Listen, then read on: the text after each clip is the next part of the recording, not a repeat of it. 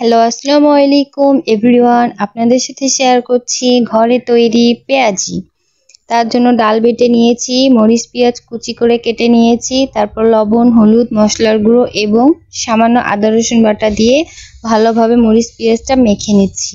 মরিচ পেঁয়াজটা মাখানো হয়ে গেলে তারপর ডালটা মেখে নিতে হবে। আমার প্রায় মাখানো হয়েছে, এখন ডালটা মেখে নিব।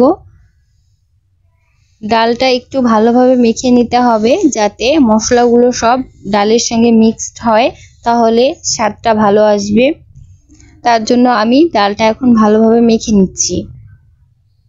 ডালটা ভালোভাবে মাখানো হয়ে গেলে এখানে আমি দুটি উপকরণ অ্যাড করব। স্বাদ বাড়ানোর জন্য এই উপকরণ দুটি অ্যাড করব। আপনারা চাইলে ট্রাই করতে পারেন। এখানে দিয়ে দিলাম সামান্য পরিমাণ চালের গুঁড়ো এবং ধনেপাতা এবং চালের গুঁড়ো দিলে পেঁয়াজির স্বাদ বাড়ে, এই কারণেই আমি উপকরণ দুটি অ্যাড করেছি। এখন ভালোভাবে একসঙ্গে মিক্সড করে নিব। মাখানো হয়ে গেলে তারপর কিছুক্ষণের জন্য রেখে দেব। আপনারা চাইলে রাখতেও পারেন বা সঙ্গে সঙ্গে ভাজতেও পারেন। আমি তেলটা আগেই গরম করে নিয়েছিলাম, এখন পরিমাণ মতো দিয়ে দিলাম।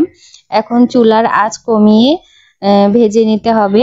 চুলার আঁচ বেশি হলে পুড়ে যাবে, তার জন্য আঁচ কমিয়ে ভেজে নিতে হবে। আমার প্রায় ভাজা হয়ে এসেছে।